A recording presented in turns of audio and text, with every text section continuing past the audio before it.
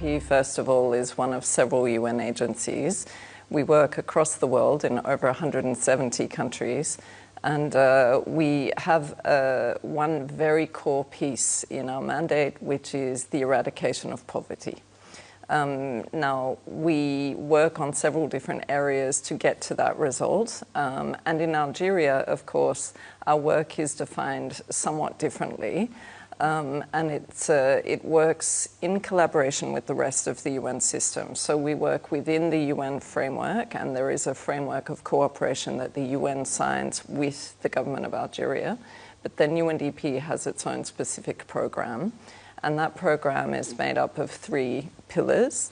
The first one is around nature, climate, and energy. And here we have a very constructive partnership with the Ministry of Environment and the Quality of Life, but not only, also with the Ministry of Energy and APRU, the Direction Générale de Forêt, for example, where we work on different kinds of projects, both policy-level projects, for example, around the National Adaptation Plan, but also local-level projects on environment and climate change. So that's the first pillar of our program. The second pillar of our program is around inclusive economic growth. And here we work very much on creating economic opportunity for youth and for women in line with the economic diversification agenda that we all are familiar with in Algeria to support growth in an inclusive way, ensuring that economic growth is an all-inclusive affair and it doesn't necessarily simplify the question to just GDP. So we have many different programs there, working with the Ministry of Finance, working with other partners and institutions to really further Algeria's ambitions in this space. The final pillar, the third and final pillar of our program, is around good governance and the rule of law.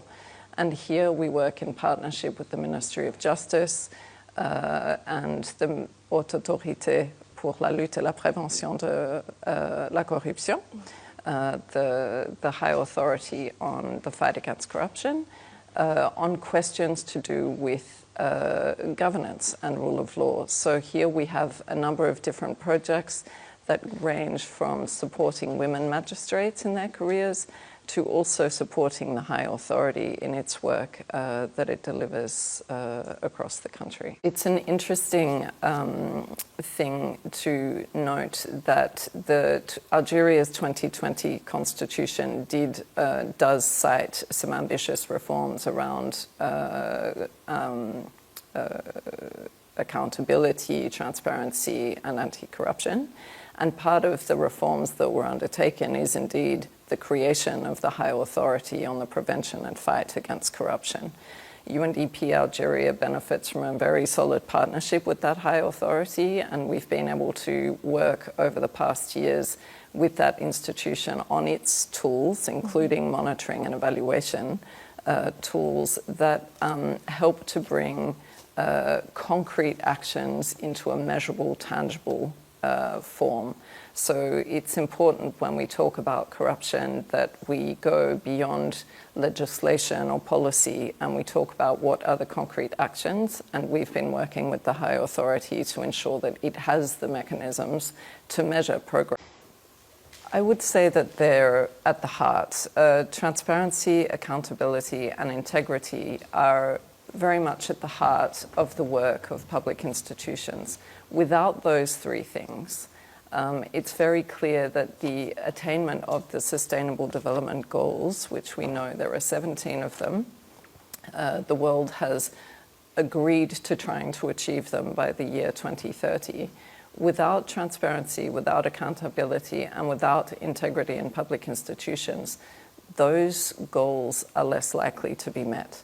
Integrity, I think, is an important element in public institutions. We understand that integrity is really doing what we know is right, even when no one is watching. And the question is, how can that culture infiltrate institutions and guide the actions and decisions of elements working within them? And these are things that make all the difference when it comes to achieving concrete actions and reaching the Sustainable Development Goals over time. This initiative for us is a very interesting one, and one of the ones that I'm proud of, to go back to the earlier question, in the sense that it's a very natural evolution of the partnership. The Nazaha Index is something that was inspired by a model that exists in South Korea. South Korea developed a tool that allowed to monitor and evaluate progress around anti-corruption actions in public institutions. And what happened in 2002 is that UNDP, in partnership with the High Authority, took that tool and adapted it to Algerian context. And that's what the Nazaha Index is. It permits, so there are 16 Algerian institutions that have subscribed to this work, and it permits those institutions to not only define their objectives, but also now measure them using qualitative and quantitative measurements to ascertain whether or not progress is being made. And this goes back to the question of transparency and accountability to ensure that if progress is not being made, what's needed to ensure that we can move forward. If it is being made, here are the concrete evidence to show that it's happening. It's a very important achievement, and I think it bodes very well when it comes to investor confidence. In fact, what investors look for in any investment environment is risk. The fact that Algeria has been taken off the list represents a reduction in risk, and that increases the investor confidence in the climate. So it goes a long way to establishing or re-establishing certain dialogues with potential investors and ensuring that they know that they have an environment where there's standards and measures in place that can minimize risk from their end.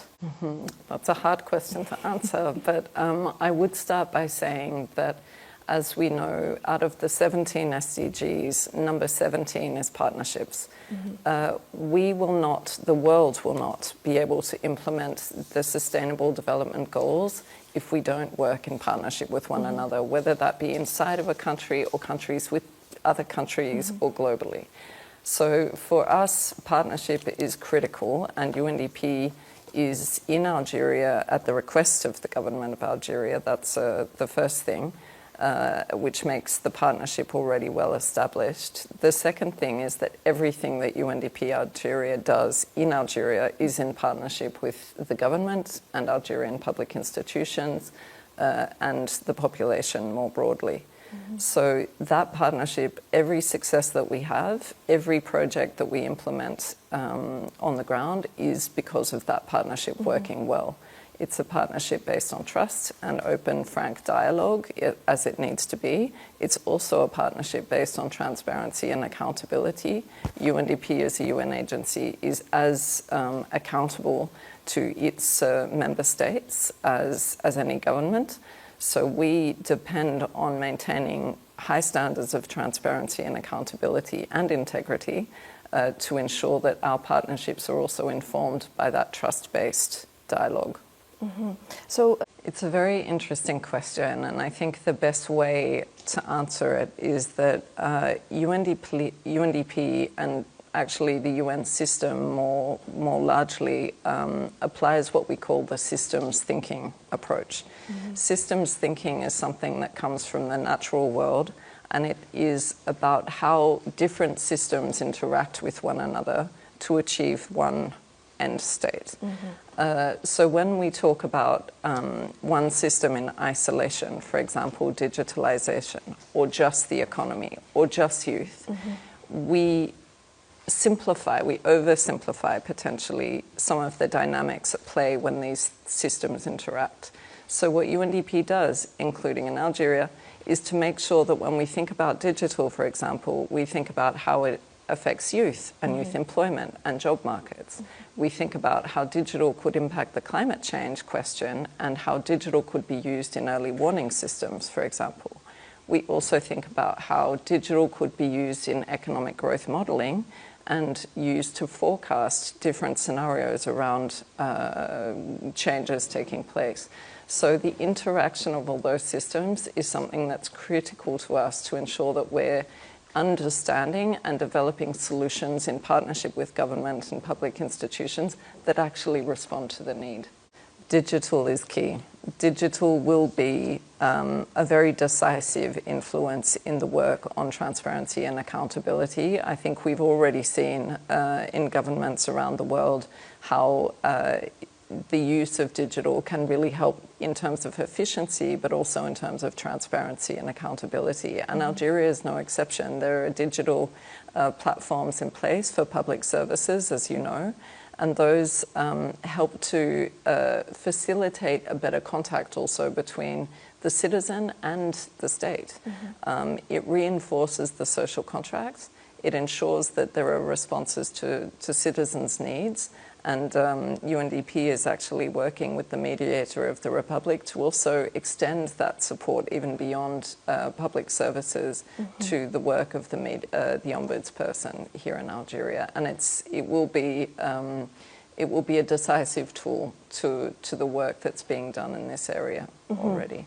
So artificial intelligence is becoming part of public administration as well. What opportunities and what safeguards should governments consider when adopting AI? Thank you for this question. It's a really important one, and there is a lot of work going on to reflect around this important opportunity but potential challenge around the world. And the UN is also participating in those reflections.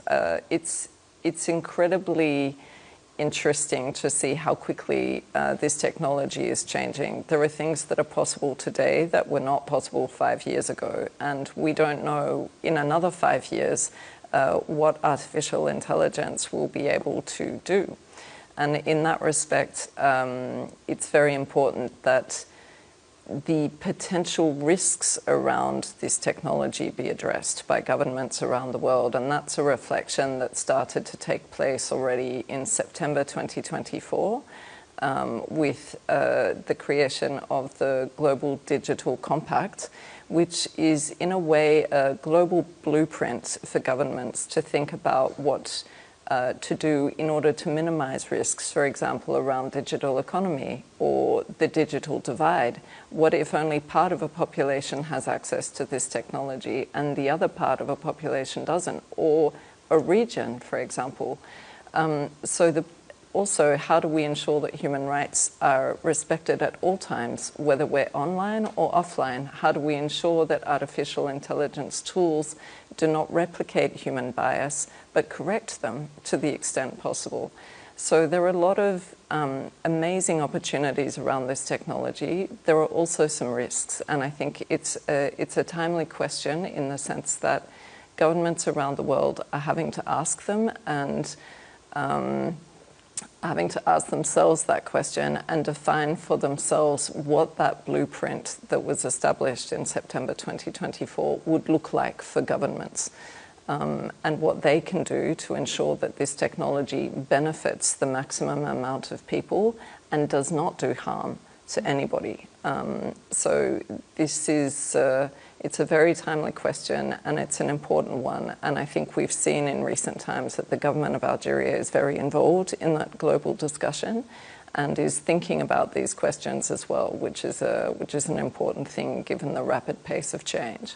The message would be that we are living in extremely complex times, and we've started to call the kinds of problems that we face wicked problems, problems that are multifaceted, borderless, multi-sectoral in many ways. And that can sometimes be discouraging and very hard to address. And I think that my message is that UNDP and the UN system and other partners are all here tackling and wrestling those same wicked problems. So we come back to partnerships again, I think, is that we are here as a partner always listening and always trying to ensure that we put our resources and our networks and our people and the best of us forward to support governments and institutions to address these very same problems. So My message is we're here. It's tough. There are a lot of complex problems out there, but we are here, and we're hopefully here to stay for as long as we are needed and wanted to work together on some of the most pressing challenges of our time. And I'm personally extremely happy to be here in Algeria and to be amongst such warm and welcoming people, and our work will continue as long as these problems are there.